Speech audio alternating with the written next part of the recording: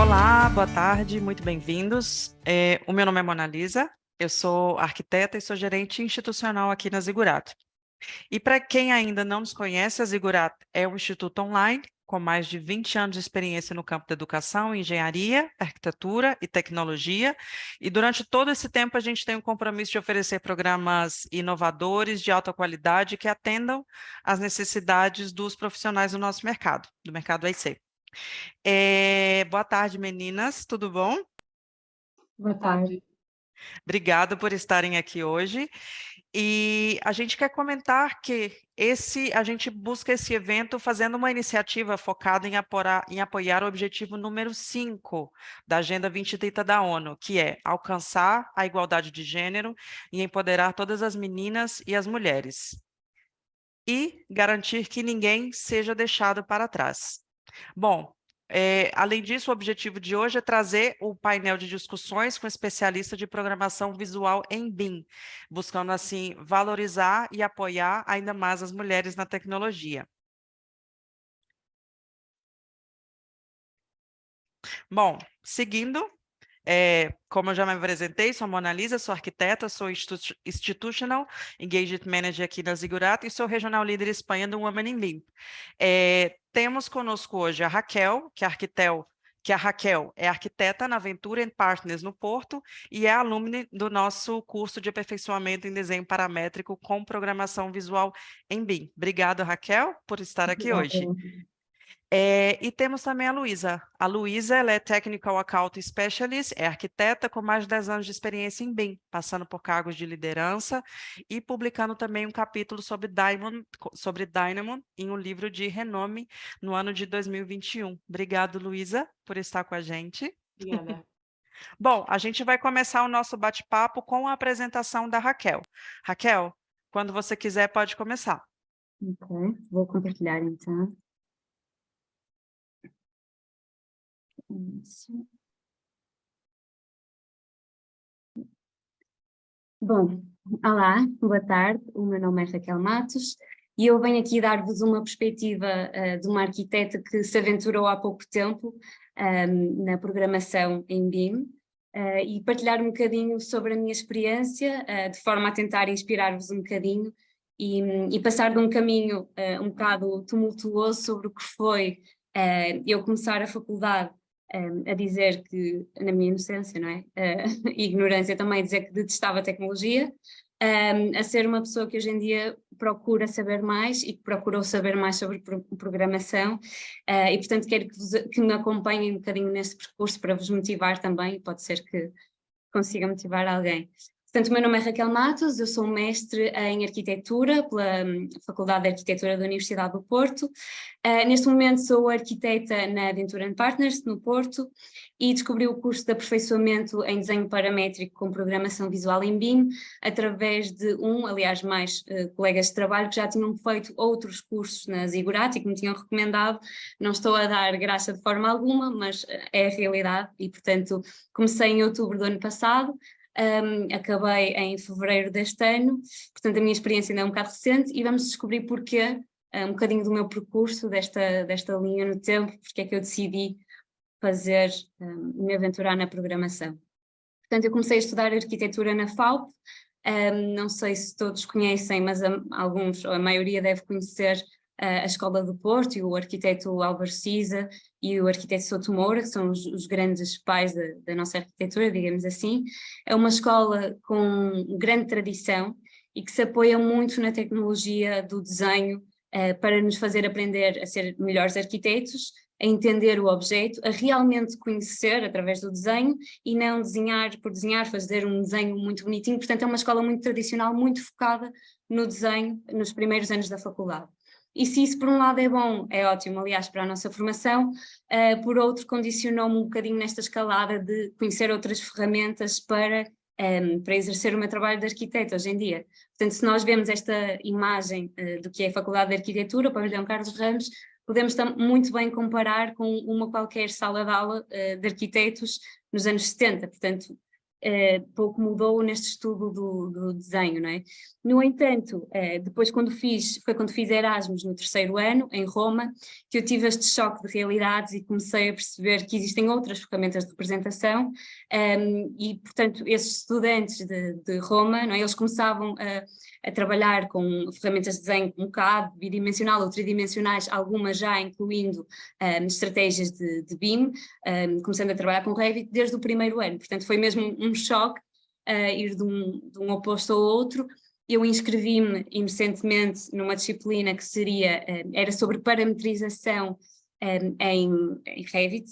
Eu não sabia nada sobre parametrização, não sabia nada sobre Revit, portanto, como podem calcular, foi muito bem, não é? Tive que mudar de disciplina a meio do semestre, mas foi o primeiro contacto e um abre-olhos sobre que outras ferramentas existem para chegar onde eu quero chegar e desenhar aquilo que quero desenhar.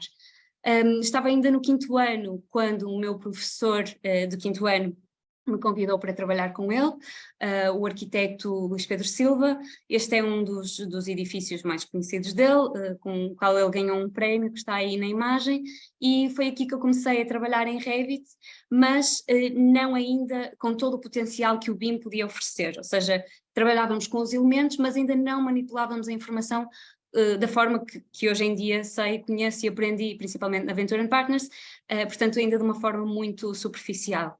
Este foi um dos edifícios onde trabalhei, que já está quase a ser finalizado no Porto, um edifício de escritórios onde está a sede da Ágias. Depois, entretanto, tive que acabar a minha tese. Foi uma tese bastante teórica, uma tese por onde me apaixonei pela teoria, não é? Não só pela prática, e comecei esta vertente teórica, portanto afastei-me mais um bocadinho das tecnologias. Apresentei em vários congressos, um deles neste em Valência.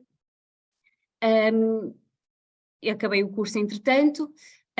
Aqui uma referência ao que eu achei um núcleo bastante interessante, mas que começou a existir já depois de eu sair da faculdade, senão de certeza que participaria nestas iniciativas, que é o núcleo feminista da FAUP, porque já que estamos a falar de mulheres na tecnologia, é importante frisar que ainda, não há muita representatividade das mulheres como arquitetas numa profissão que era até há uns anos maioritariamente feita de homens, não é? Por homens.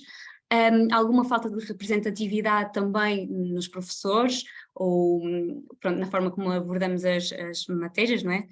Na maioria por homens, e depois alguns comentários que acredito que sejam transversais à nossa cultura, e alguns testemunhos de alguns acontecimentos um bocadinho, não a favor das mulheres e das mulheres nesta área que até há uns anos era maioritariamente dos homens, não é?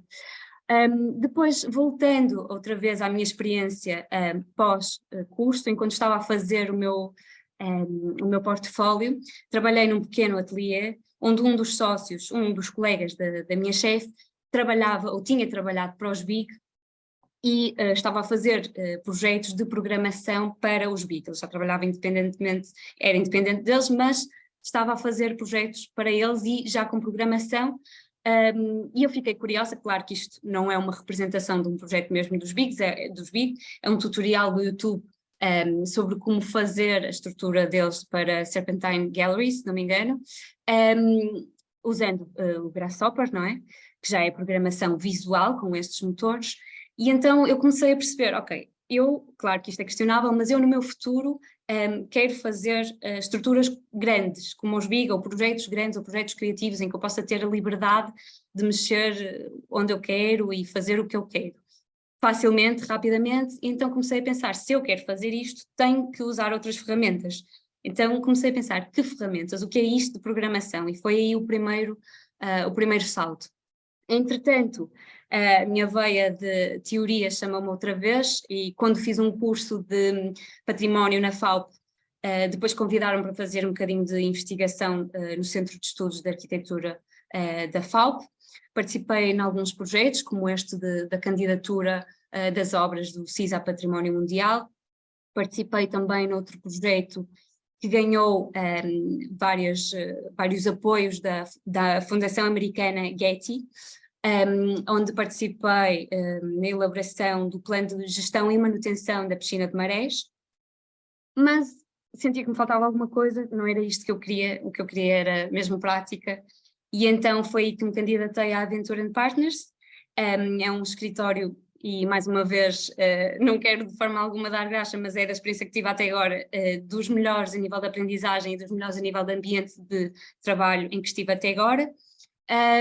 Estas são algumas das notícias dos projetos que saíram do Ventura, e também de algumas notícias também sobre o ambiente de trabalho, ou como é trabalhar na Ventura and Partners. Também já ganham vários prémios por causa disso. Pronto, aqui são alguns exemplos do que eles fazem, e foi na Ventura and Partners que eu comecei realmente a entender o que era trabalhar com BIM. Fazemos muitos projetos de execução, onde tudo tem que estar, a informação tem que estar agilizada, tem que estar controlada, para assim conseguirmos fazer o projeto mais rapidamente e de forma mais eficaz. E, portanto, eles têm uma equipa que se esforça bastante para nos ensinar o que são metodologias BIM, e pronto, e que faz, no meu ver, um bom trabalho, e que me motivou também a saber mais. E foi a eles que recorri quando quis fazer e saber mais sobre programação. Este é um dos edifícios onde estou a trabalhar, um dos grandes edifícios de habitação na Maia. Esta é uma foto já publicada do que posso mostrar. E então sugeri-lhes fazer este curso de programação, ao que tive o total apoio da parte deles, e foi aqui finalmente que eu aprendi o que é programação visual, o que é programação, o que é programação destinada à arquitetura.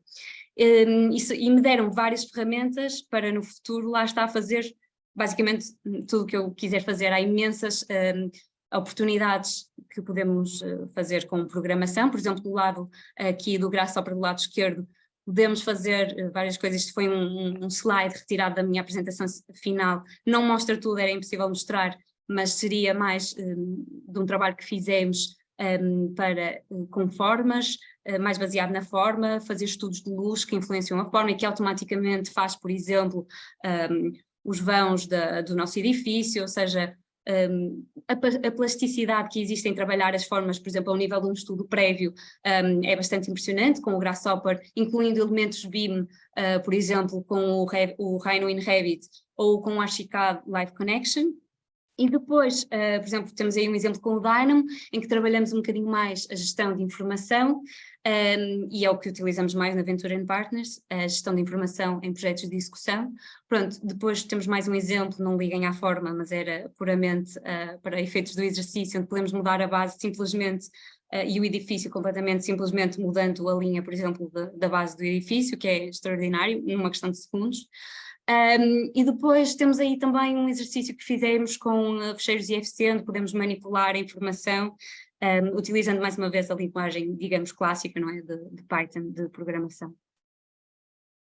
Pronto, para finalizar a minha apresentação e este meu percurso, se é que vos posso dar algum conselho, principalmente às mulheres, não é? Seria não nos deixarmos levar pelas crenças limitadoras, não é? Eu dizia que testava a tecnologia porque desconhecia o que era, e desconhecia o que era programação, e provavelmente achava que, pronto, que não era para mim, até me começar a cativar e a querer aprender mais. Desafiarmos o que achamos que são os nossos limites, e ter curiosidade e vontade de fazer melhor. As competências que adquiri são várias, não é? Desde o conhecimento das principais ferramentas, a pensar o projeto de forma mais real, não é? Realizando de forma mais ágil e rápida, possibilidade de realizar projetos difíceis, que sem estas características não seria possível. No futuro pretendo continuar a usar estas metodologias de programação. Vou já em junho começar um estágio no Japão, no Kengo-kuma, onde pretendo também continuar a utilizar estas ferramentas e aprender mais. Sei que eles trabalham bastante com Grasshopper, para continuar a utilizar no meu dia-a-dia. E é isto. Obrigada. Obrigado, Raquel. Obrigado, muito obrigado. Que incrível ver a sua perseverança no trabalho e aprender um pouquinho mais da sua história. Obrigado mesmo por compartilhar isso para a gente. Obrigada, eu. Vamos agora com a Luísa. Vamos começar com a Luísa. Luísa, quer compartilhar a sua tela? Ok. Então, Começo falando do ponto de vista de pessoa, né? Então, meu nome é Luísa Cipriano Piper, eu sou filha da Carla com muito orgulho, irmã do Gustavo com muito orgulho, formada em arquitetura na URGS, e vou contar um pouquinho sobre a minha história hoje, assim, inclusive dos percalços do caminho, porque eu acho que é uma coisa importante e até é uma coisa que eu falo bastante. A gente tem que olhar as coisas pela perspectiva do que elas realmente são, e não só a parte bonitinha que as pessoas postam, enfim. Então eu vou tentar dar um pouquinho dessa perspectiva de tudo, assim, os percalços do caminho também incluídos, digamos. Então, falando um pouquinho sobre a minha história, eu comecei arquitetura na URGS, então na Universidade Federal do Rio Grande do Sul, em julho de 2012. Enfim, comecei arquitetura, não sabia muito bem. Nesse momento aqui, eu nem sabia o que era BIM, não tinha ouvido falar de nada muito assim, não tinha muito me adentrado nessa área ainda. Ganhei uma bolsa para estudar um mês no Japão, comecei a abrir a minha cabeça também um pouco em relação a outras culturas, outras possibilidades. Então, comecei a estagiar logo que voltei depois dessa bolsa de estudos no Japão. Comecei a estagiar pela primeira vez. Em 2016, então, fiz um semestre também com bolsa na Argentina, na Universidade Nacional de Córdoba. E na Argentina foi o momento em que eu também vi bastante, e aí eu consigo me relacionar bastante com o que já foi dito, né? Eu comecei a ver muito das pessoas começarem a usar a BIM. Quando eu voltei, eu lembro que tinha muitos colegas que estavam começando a utilizar a BIM. E eu meio que me sentia meio que por fora, assim, porque já tinha muita gente e as pessoas começavam a dizer, pois é, essa coisa de AutoCAD, né? Coisa do passado.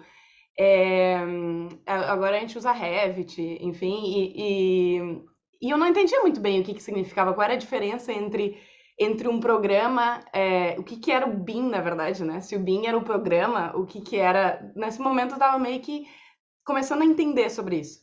Então, eu comecei a fazer cursos de BIM, no caso, em 2017 eu fiz, no caso, 3 cursos de BIM em Revit, e aí eu comecei a entender que Revit não era... ou seja, BIM não era um produto, que BIM pode ser várias, na verdade é um workflow, é uma metodologia, enfim, nesse momento eu comecei a entender um pouco mais sobre isso. Em 2018 eu me formei e fui efetivada arquiteta num lugar que, na verdade, eu não gostava muito de trabalhar, porque ele era muito relacionado com arquitetura de interiores, eu não era muito de arquitetura de interiores, nunca fui, assim, eu sou uma pessoa, eu diria, muito pouco relacionada a essa coisa estética. Então, era sempre muito pela praticidade, pela funcionalidade. E interiores pode ser, claramente, em relação a isso, mas nesse caso não era. Era mais em relação à beleza das coisas, digamos assim. E aí, em 2019, eles tiveram uma baixa de projetos nesse escritório e eu fui demitida. E aí vem o pulo do gato, por isso que eu estava comentando que eu gosto de contar as coisas como elas são, né? Não só a parte bonitinha. Aí, o que veio disso? Bom, nesse período eu tinha guardado um dinheiro de tempo, assim, vinha guardando um dinheiro. E eu disse, sabe de uma coisa? Eu vou pegar esse dinheiro e vou ir reconhecer a minha cidadania na Itália. Eu sabia que eu tinha parentes na Itália e tal, mas tinha que fazer toda a papelada. Eu não contratei ninguém para fazer isso também, então, assim, foi bem caótico esse momento, mas eu decidi que era a oportunidade para mim de me jogar nessa nova oportunidade, nessa nova vida, né? Então, aí, nesses meios tempos também, eu tinha em janeiro mandado currículo para a Viseico, que na verdade é uma empresa que eu guardo com muito carinho, assim, foi a primeira empresa que eu trabalhei como BIM Manager. Então, em abril de 2019, eu entrei na Vezeiko. Eu lembro que na terceira entrevista, eu pedi uma terceira entrevista, depois que eles já tinham dito que eu podia, que eles gostariam de me ter e tal. Eu disse, olha, eu adoraria trabalhar aqui, mas eu tenho decidido que eu vou para a Itália. Então, assim, não sei como a gente poderia confabular as duas coisas. E eles disseram, tudo bem, vamos ver como a gente pode organizar isso. Então, em setembro, eu fui para a Itália, como BIM Manager na Vezeiko. Até, isso é um ponto importante de comentar. Quando eu entrei na Vezeiko, eu era arquiteta, comecei como arquiteta, comecei com projetos. Só que ao longo do tempo, e a gente trabalhando sempre com Revit, ao longo do tempo, e isso foi poucos meses, assim, eu comecei a desenhar família, me meter a querer fazer template, organizar as coisas com Asana na época, organizar tarefas, fluxos de passa para quem, agora a gente passa para o engenheiro elétrico, é uma empresa de coordenação, ou pelo menos era na época, de uma empresa de coordenação de projetos, enfim. E a minha chefe na época, vendo esse potencial, me abriu a possibilidade de começar a trabalhar como BIM Manager. Então, eu passei a trabalhar como BIM Manager nesse primeiro momento, principalmente trabalhando com template de Revit, template já para cliente, para que isso funcionasse de uma maneira mais fluida e que não os desenhos fossem já o mais automático possível, né? Quando a gente começa, principalmente com projetos de rollout, isso é uma coisa importante. Então, em setembro de 2019, comecei a trabalhar remoto, indo para a Itália. Em 2020, eu começo a estudar Dynamo quase todo dia, porque eu vejo a potencialidade da programação. Eu sempre fui uma pessoa que gosta muito de olhar para as coisas e ver quais são os momentos e quais são as partes dos fluxos de trabalho em que a gente perde tempo, em que a gente faz tarefas repetitivas, em que a gente... Então, quando eu percebi que o Dynamo era um produto que a gente podia usar para automatizar trabalho, nossa, eu me apaixonei e comecei a estudar todo dia. Às vezes, claro, além do trabalho, às vezes eu ficava estudando enfim, melhorando os scripts. E então, em 2020, em fevereiro, eu me vi no olho do furacão sozinha. O que isso quer dizer? Para quem lembra, a pandemia na Itália estourou em fevereiro de 2020, fevereiro de 2020, e estourou justamente na Lombardia, que era a região que eu morava. Então foi bem maluco. Não sei se minha mãe está aí vendo o vídeo, mas certamente ela vai lembrar desse momento, porque eu estava realmente sozinha na Itália, sem conhecer quase ninguém, e foi um momento, além desse momento inicial da demissão, que foi uma virada de página na minha vida, esse momento também foi uma virada de página, porque eu lembro de inclusive, fazer uma tabela e pensar, eu volto para o Brasil ou eu fico na Itália? O que eu faço? E aí ganhou por uns pouquinhos pontos de ficar na Itália, e foi a melhor decisão que eu não me arrependo nem um pouco dessa decisão.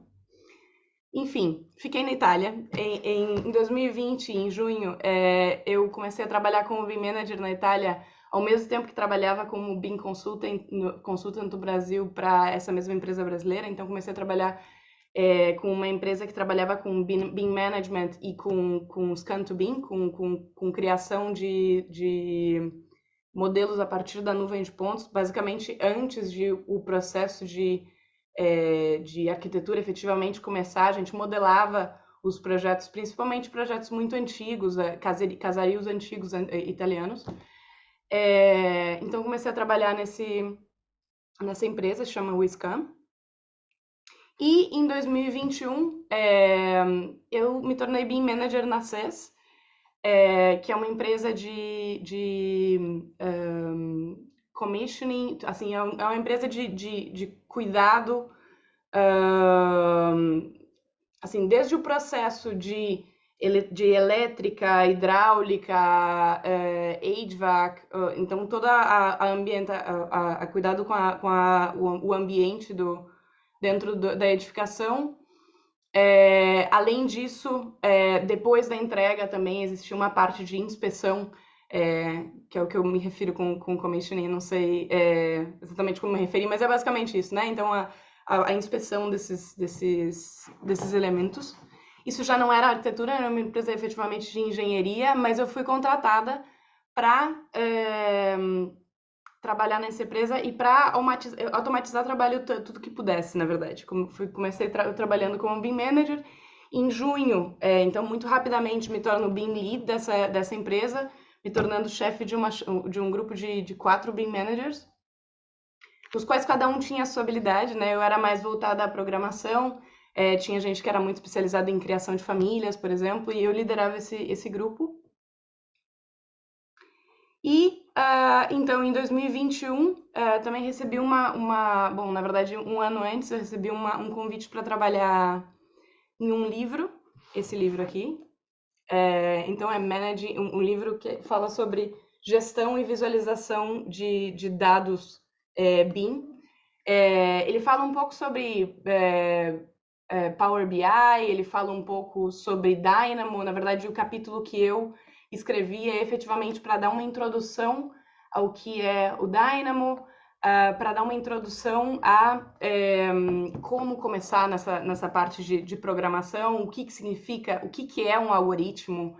Eu até faço bastante referência a uma receita, né? O algoritmo é uma receita, só que a diferença é que tu, em vez de tu dizer, eu vou colocar, por exemplo, quer fazer um omelete, tu coloca 2 ovos, sal, tarararará, tu escreve isso de uma maneira ou gráfica, no caso da programação visual, ou utilizando o API, utilizando funções dentro de uma programação escrita, né? Uma programação com Python, programação com C# e assim por diante.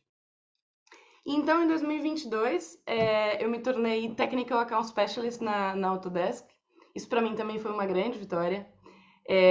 Eu levava muito tempo querendo trabalhar dentro da Autodesk, não só pelo nome que ela tem, mas também porque eu tinha consciência de que a cultura dentro da empresa era muito cuidada. Assim, eles têm muito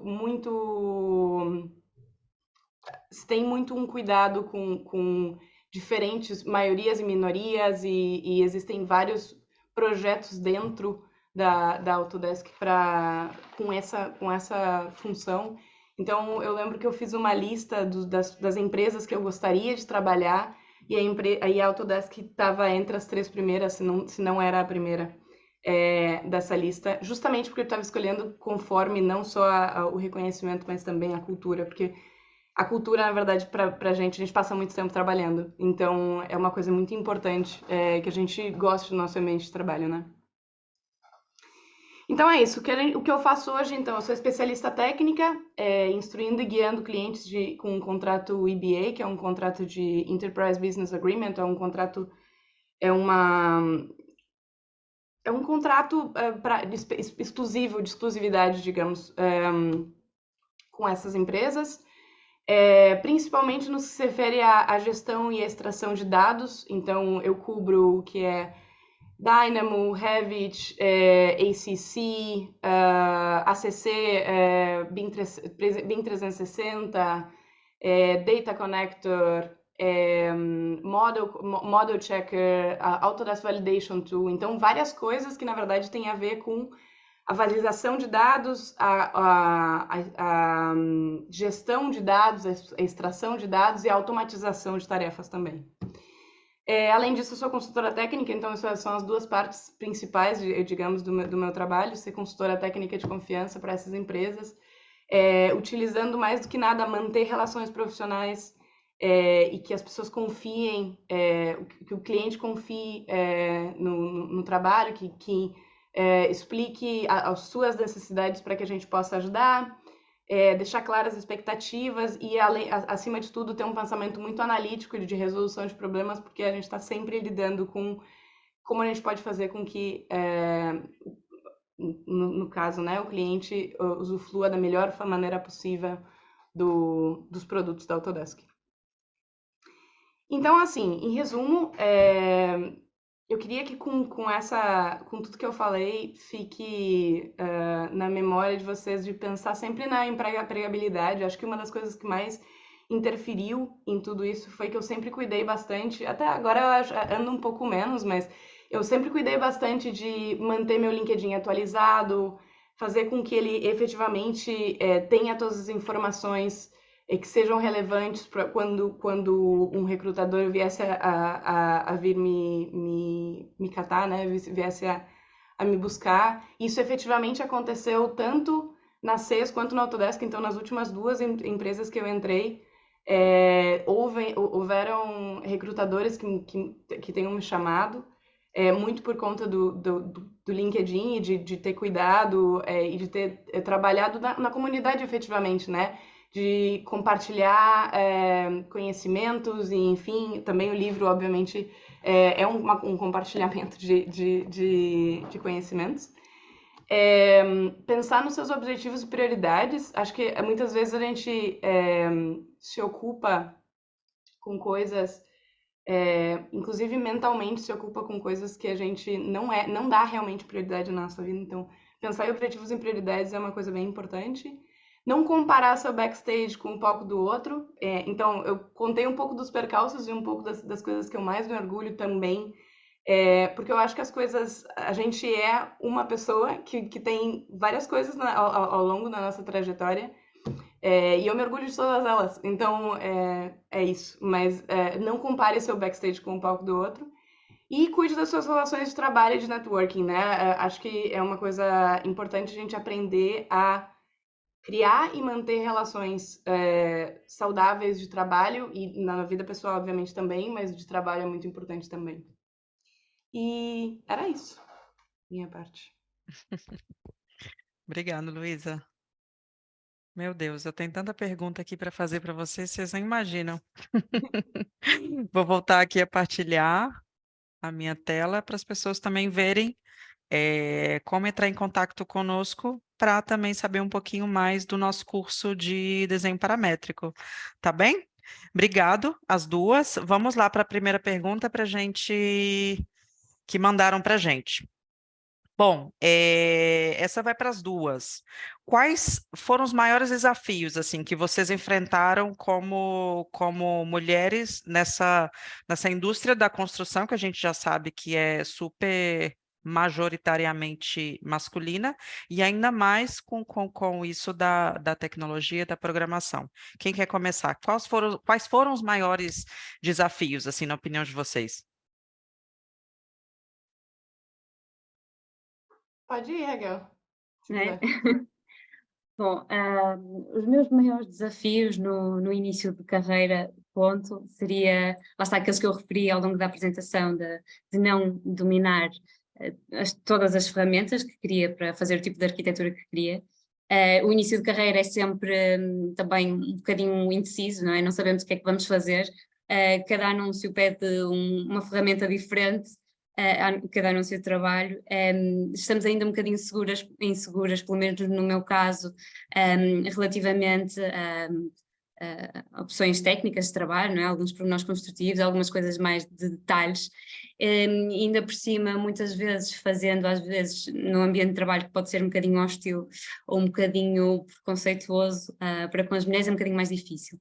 O que eu tendo a fazer nesses casos, e foi o que eu fiz até agora, mas também porque às vezes tenho a tendência que é sempre bom, obviamente, querer melhorar e querer fazer mais e querer trabalhar mais, a forma como eu compenso isso tentando dar sempre o meu melhor e fazer mais do que aquilo que as pessoas pedem, e tentando compensar e tentando realmente provar o meu valor e provar pronto, o meu valor de trabalho, não me focando no resto. É isso. Então, eu acho que a primeira coisa que eu mais senti falta foi representatividade. Assim, começando no BIM, eu lembro a primeira vez que eu vi um vídeo de Dynamo, em que a instrutora, ou a pessoa que fazia, na verdade, era a Deb BIM Girl, talvez alguns de vocês conheçam, é um canal de BIM bem conhecido. que era uma mulher, e daí eu lembro que eu vi o vídeo e disse, nossa, é uma mulher, olha só isso, como se fosse uma coisa incrível, como se fosse uma coisa assim, de outro mundo. Então, acho que uma das primeiras barreiras foi a representatividade, além do que eu acho que isso transcende a arquitetura, transcende a indústria da construção, o que é ser uma mulher no ambiente de trabalho, né? Que tu fala as coisas e as pessoas não te levam muito a sério, ou elas te cortam com mais frequência. Tem até um estudo que diz que os homens cortam 2 vezes mais as mulheres do que cortam os homens. Então, isso sempre é um desafio. Eu acho que não existe um ambiente completamente seguro ainda, pelo menos, em relação a isso.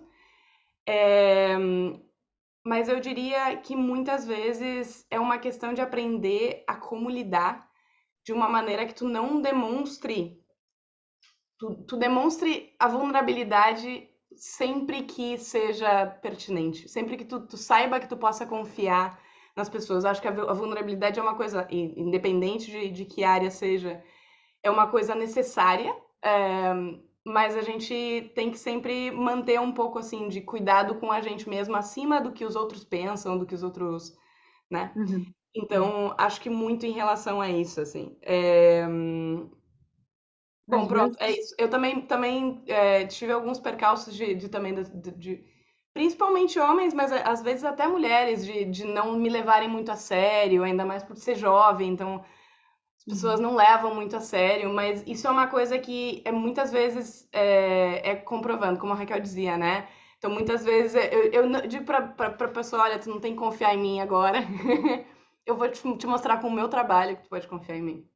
certo. Basicamente E isso. muitas vezes até, não sei se posso complementar, mas é exatamente isso que tu dizes, e às vezes é o que nós achamos mesmo sobre o que conseguimos, ou o que achamos que conseguimos, não é?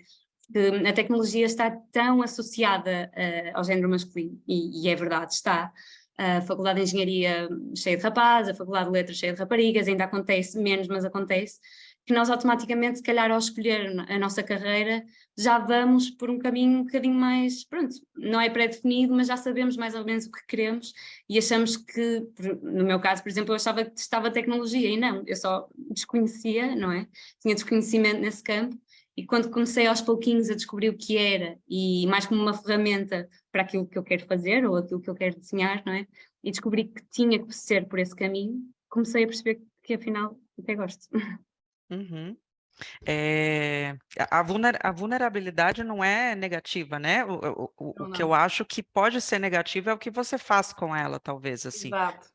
Não é? E eu me lembro até, ouvindo assim a fala de vocês, eu me lembro numa entrevista que eu fiz aqui na Zigurato faz um tempo, no mês das mulheres, falando também um pouquinho sobre o meu trabalho no Women in BIM, e as pessoas me pediram uma frase, e aí eu me lembrei justamente do poder da coragem, assim, porque coragem não é ter somente coragem de fazer as coisas. Eu faço as coisas com medo, mas eu faço. Uhum. Na primeira vez eu tô morrendo de medo, mas eu faço. Na segunda eu tô com um pouco menos. E a confiança também, ela é construída, não é? Assim, a confiança em si mesmo. E as pessoas vão percebendo isso ao longo do tempo. Bom, Uhum. só para complementar um pouquinho. Com certeza. A Clara quer saber, ela escreve aqui para vocês. Estou na estaca zero da programação visual. Ela quer uma dica. Por onde que ela pode começar? Eu diria, assim, depende do programa, na verdade, um pouco, mas eu diria que tutoriais de YouTube tem vários muito bons. Eu recomendaria o Gavin Crump, que na verdade foi um que escreveu o livro também comigo, que tem muitos tutoriais em relação a tanto a Dynamo quanto a Grasshopper, tem várias coisas. Então, acho que é uma coisa bem importante que se entenda bem como funciona o host, seja lá que host seja. Eu estou falando aqui nesse caso do Revit e do Dynamo, mas poderia ser Grasshopper, poderia ser. Existem outros produtos, obviamente, não vou falar só da Autodesk, né? Mas entender bem como funciona o programa base em que essa programação vai funcionar, enfim. E eu diria mais do que nada começar a perceber quais são as tarefas em que a gente despende muito tempo e que parecem ser simples, mas tu gasta muito tempo fazendo aquilo. é realmente chato, porque tu fica lá, tá. Esse tipo de tarefa tem que ter uma luzinha assim que surja na mente e te diga, ei, isso daqui bem possivelmente possa ser programado. E aí, nesse entanto, tu vai buscando no Google, tem vários tutoriais, e tu vai descobrindo o que pode ser programado, o que pode ser automatizado, né? No caso da automatização, no caso. Acho que, para mim, pelo menos, surgiu disso. Eu tinha muitas coisas que eu detesto fazer muitas coisas iguais ao mesmo tempo. Eu fico chateada de fazer isso. Então eu começava a olhar tutoriais e começava a olhar possibilidades e começava a estudar realmente.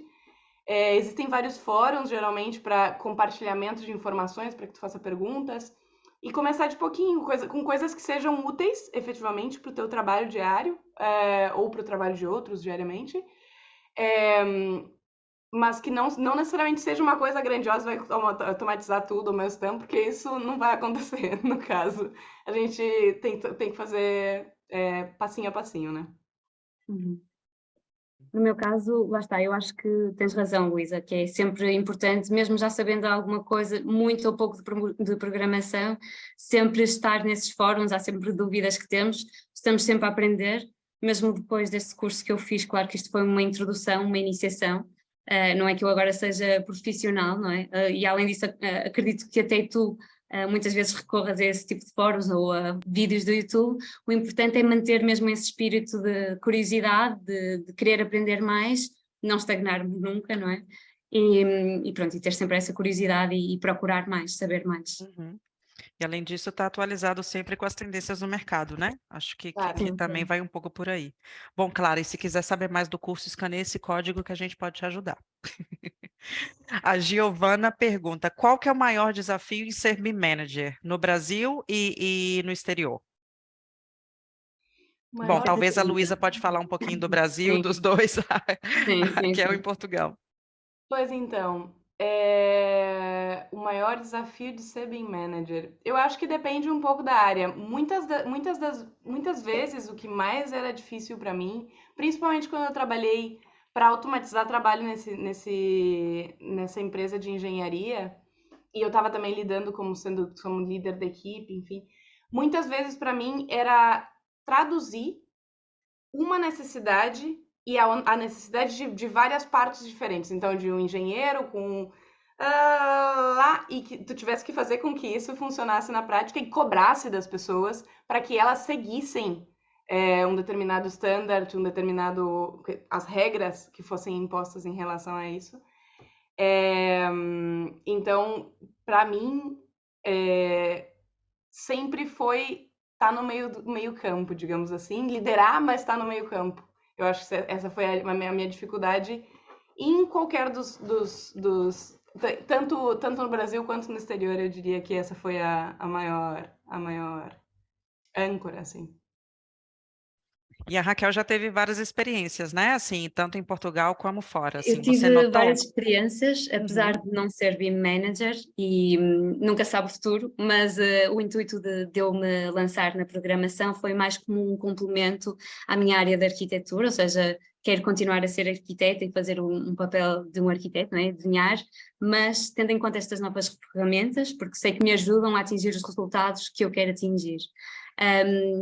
Sei que pronto, existe lá um BIM manager na minha empresa que tem tido imenso trabalho a implementar isso na empresa. Em Portugal não é, penso que não é muito comum, pelo menos para já, esse tipo de carreira e as pessoas saírem pelo menos do curso com essa expectativa de ser BIM manager, não é? Ainda não é uma coisa muito instalada, mas penso que é uma coisa essencial e acho que a Luísa disse tudo, é a experiência de trabalho dela, sabe melhor sobre isso do que qualquer outra pessoa aqui.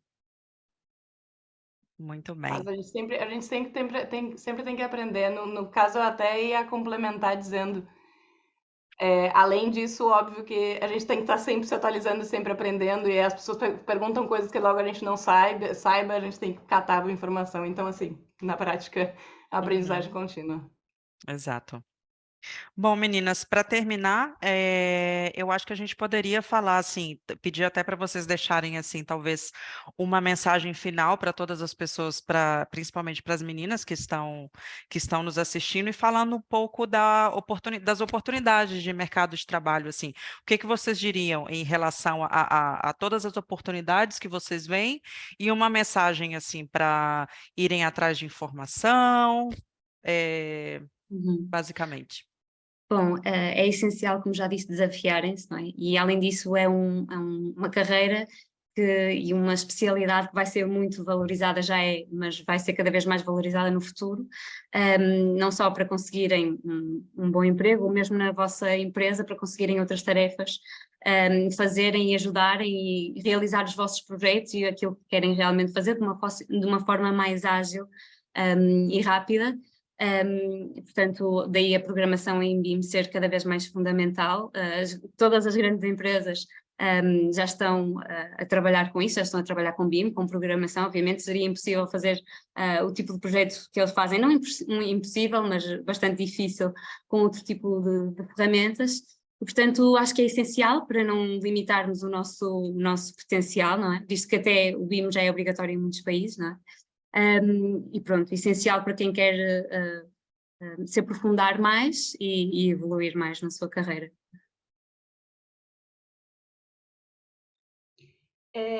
Então, eu acho que a grande. O BIM já é uma área que tem muito pano para dar, assim, existem muita necessidade de mão de obra especializada em BIM, que tenha realmente experiência, que tenha realmente... Então, é uma área que é muito prófila, assim, é, com muita capacidade de expansão.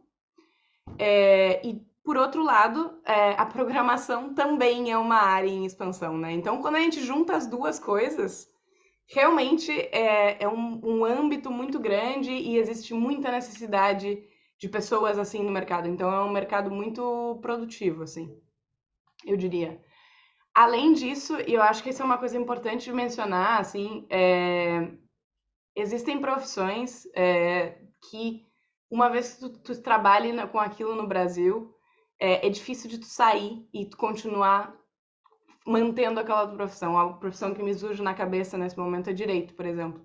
Eu conheço poucas pessoas que fizeram direito no Brasil e conseguiram continuar trabalhando no direito, porque existe toda uma questão de legislação, né?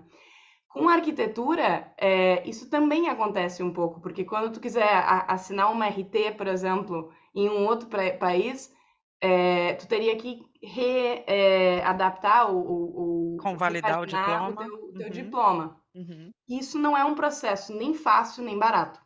Então, eu acho que é uma coisa importante de a gente apontar, assim, que o BIM, por ser uma área que, ainda que, e como a Raquel bem falou, assim, existem países em que não se pensa mais em não fazer projetos em BIM. Na Itália existe uma legislação dizendo que até 2025, adeus, né? Que não for BIM não é projeto, basicamente. É, então, isso tem evoluído muito, tem evoluído pela necessidade de mais gente para dentro do BIM, ao mesmo tempo em que, quando tu tenha experiência de mercado, quando tu tenha aprendizagem, seja com, nesse caso, o Master da Ziggurat, seja com a forma, independente da forma que tu aprenda, se tu consiga certificar a tua experiência, o teu conhecimento na área do BIM, eu acho que existe muito mercado para isso. E eu diria que, principalmente para quem deseja sair do Brasil, isso é um ponto a ser levado em consideração, assim, porque para repaginar, para configurar o teu diploma para fora do Brasil, como seja como arquiteto ou como engenheiro, não é uma coisa muito simples. Sendo que, como BIM Manager, tendo comprovado a experiência de BIM Manager, eu não tive que fazer isso, por exemplo. Então, né, isso É. é uma coisa a ser levada em conta. Eu acho que eu só, assim, assino embaixo tudo que vocês disseram e eu acho que eu só acrescentaria coisas assim que a gente até conversou, né, Luísa, assim, em off, com temas assim de projetos da Woman in Beam e tal, trabalhar soft skills também, que às vezes são um pouco subvaloradas. A Muito. confiança em si próprio com a educação mesclada, bum, te abre um leque que você vai para onde quiser. E essa questão da programação tá muito relacionada também à habilidade de resolução de problemas, à visão analítica. Então, e a lidar com pessoas e entender diferentes partes e fazer meio intermédio, como eu disse, né? Era uma das coisas mais difíceis para mim como BIM manager. Certo. Meninas, eu ficaria aqui 2 horas falando com vocês, mas eu não posso fazer isso. Muito obrigada por vocês participarem. Espero vê-las outra vez em breve, em algum outro projeto. Muito obrigada de verdade, em nome de todos aqui. Tá bem? Obrigada. Bom, obrigada a todos. Obrigada. Obrigada a todos que nos assistiram hoje. Já deixamos aqui o QR Code para quem quer saber mais sobre o nosso curso de desenho paramétrico e muitos outros que existem. E até a próxima. Muito obrigada. Até lá. Até já.